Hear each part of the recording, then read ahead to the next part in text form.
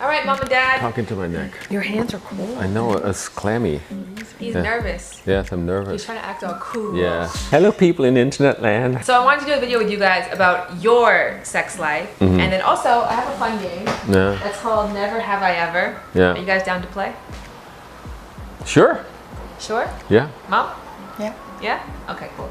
First and foremost, you guys have been sexual partners now for 30 years. Yes. What advice can you give about creating a long-lasting sexual bond? Before I give advice, can I ask you a question? Yes.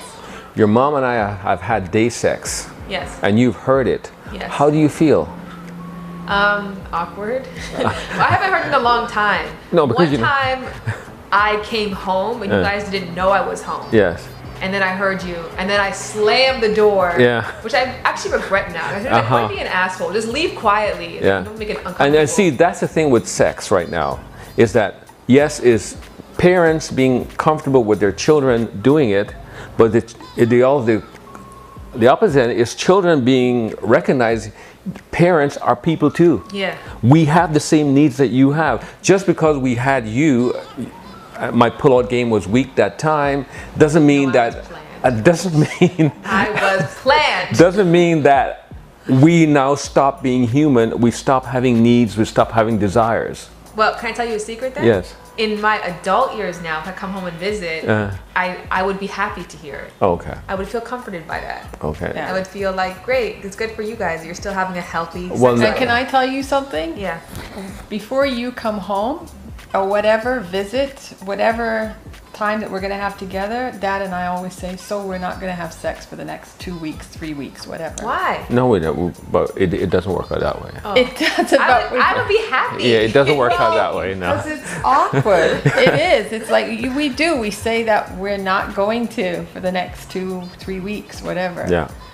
Well, I think because you hear so much about how couples stop having sex, they stop having that part of their life, and I think sex is a pretty positive part of life. When I read about all the functions and the health benefits of orgasm, I want you guys to live a long time. And so Well, even for men, ejaculation is the best way to prevent prostate cancer. yeah.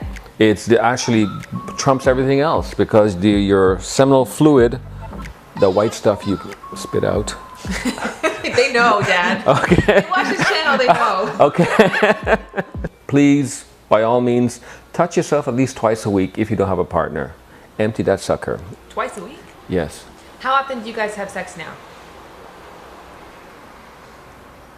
Twice a week. Twice a week. What is the advice for maintaining a long-term sexual union that doesn't get boring or as least boring as Okay, possible? from a male point of view, one, it's very important that the woman maintain her level of attractiveness. Don't wait until he leaves to go to the gym. Go now. So maybe he won't leave and his eyes won't wander.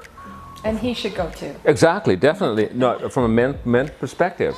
The other thing is for men, when a man ejaculates, he doesn't think about sex for another 3 days. Then after that, he starts to eyes wander. So you want to keep him loyal, do whatever you can to drain him. Jerry Hall told a very important story about Mick Jagger. I don't know whether it stopped him or not, but before he left, she would give him a blowjob. If he was going for a couple of days, empty him out, send him out there. Because she knows for a couple of days, his eyes won't wander. And I notice with myself is that if I've had sex for a couple of days, I'm more receptive. I look around, you know. But if you do, you don't. So if you have sex often enough at home, they wonon't wander. Is that your secret, Mom? Male and female. It's not. It's actually for men. It's actually for men too, for women too. He's only saying that. Honest to God, you have two different personalities here. You have a public Brian and you have a private Brian. Yeah. You guys never get to see the private Brian. He's nothing like the public. He's warm. He's tender. He is. Cuddly. He's just a different person. Yeah. He goes to work, he comes home, he's a family man, yes. He's a one-woman man, he's yes. not interested. He'll tell you that over and over again. But there's the public Brian. Go ahead, Brian. Okay, but for me, I am interested. I will see someone go, I am interested. But then I'm interested because or you find her attractive. No, I find her nothing wrong I find her attractive. I am interested, but then I play down the road. Is whatever I'm gonna do worth the turmoil? worth the upheaval? No. So I don't do anything about it. But in terms of you still being attracted to me, most men, they complain. What's the number one complaint of married men? They will always say, yeah, I'm not getting enough sex. And my next question is, would you do you? And so basically, you have to make yourself presentable to where you want to touch yourself. And at that point, then maybe other people want to touch you. The other thing too is, in a multicultural society, no matter what you look like, there will be an ethnic group that finds you attractive. And you have to find that right one. People, they like people in wheelchairs.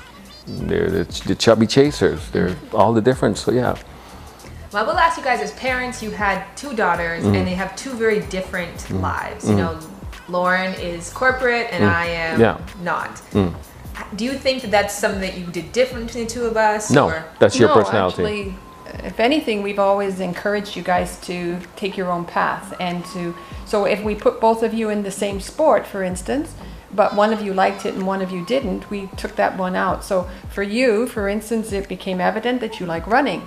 Lauren, not so much. She actually tried it and she wasn't really interested. No, she told us she didn't like running.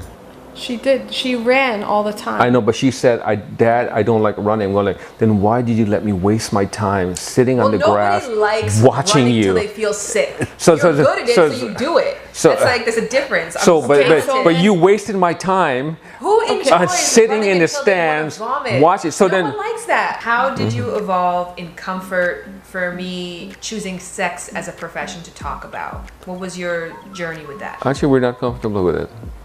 But we recognize that it's not. It's not going away. No, it's not. It's not you. It's us. It's our perception. So you don't have to change. Our perception has to change. And like the same thing that I said with fighting is like, here's a video of Shannon showing how to punch someone in the face. We would show that. Or here's a video of Shannon telling you how to have responsible sex. How it's something, a part of you that's very important that you should know about it. And so it's not you, it's us. So you don't have to change, we have to. Yeah. And how have you been changing? Because you've changed. Yeah, we've changed because we've listened to your videos, we've watched them, we've grown from them, we've learned from them. It's a different world, like I said before. It's like, it is a little bit more accepting, a little bit more open. Society is sort of understanding that things are different now. And so you're a little ahead of the game, because your topics can be a little bit controversial, but you're not that far ahead of the game. You know, you're not that far. It's like society just has to catch up to it. And realistically, it's something that people have been doing and insects have been doing. Every life form does it. Every life does. But the fact of the matter, I disagree when you said we've learned from her. We've learned nothing from her. No. Maybe you haven't. No, okay.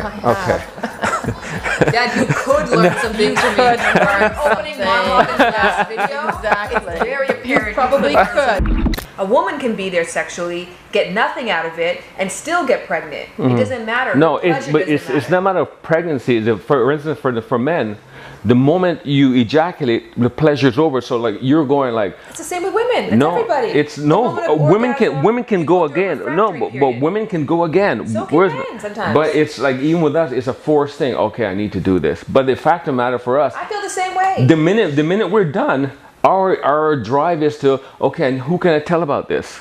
What we both wanted for both our children is what makes you happy. We will put in our 2 cents worth, and so for instance when Lauren was having children, we said, well, why don't you hold off, travel, see the world, do something. She said, this is what I want, this is what I want to do. So with you, it's like, yes, you could make more money doing this and this and this, but again, realistically, how much more would money make an impact in your life? Not a whole lot. It will take away one stress, but it add other stresses. It's about living the life that you want, not living the life we prescribe for you. And that's I've always told you, I don't have the answers. I don't have the answers for myself, certainly not for you. I make mistakes every day. I make, even with all my knowledge, I make bad decisions. And so I don't expect you not to do the same. I've made some bad decisions. We all have. We all have. Doing very well now. Like not having brand this morning. That was a bad decision. Why? You pooed. I'm just kidding. You were in the bathroom for like an hour. What were you doing in there? As parents who have gone through it all and raised successful adults, what advice would you give to aspiring parents or existing parents? First of all, being a parent is hard. In order to be a good parent, you have to be an asshole. So if you're going to be a parent, you'll be prepared to be an asshole. If you're not prepared to be an asshole and you want to be their friend, you're not going to like them. So your children can either hate you when they're young and like you when they're adults, or the other way. You didn't like me much growing up, did you? No, I didn't. No, I was an asshole. Yeah. Yeah, exactly. And the thing is, I recognize I had to be an asshole to make her tough. And you have to, so that's a sacrifice. Unless you're willing to make that sacrifice, it's a big decision. If you want to be a parent, you have to ask, is anyone requesting a copy of you? Love them, believe in them, and have them and love them. Spoken like a true mom. Once they're here, you love them to death. But if they're not here, you don't, and so I don't know if I'd have children, because it is a huge life-changing moment. And it's that life is short, live it for yourself. Well, thank God you were brainwashed. Exactly. Have you ever dated your ex's sibling? No. Yes. Can you raise your hand?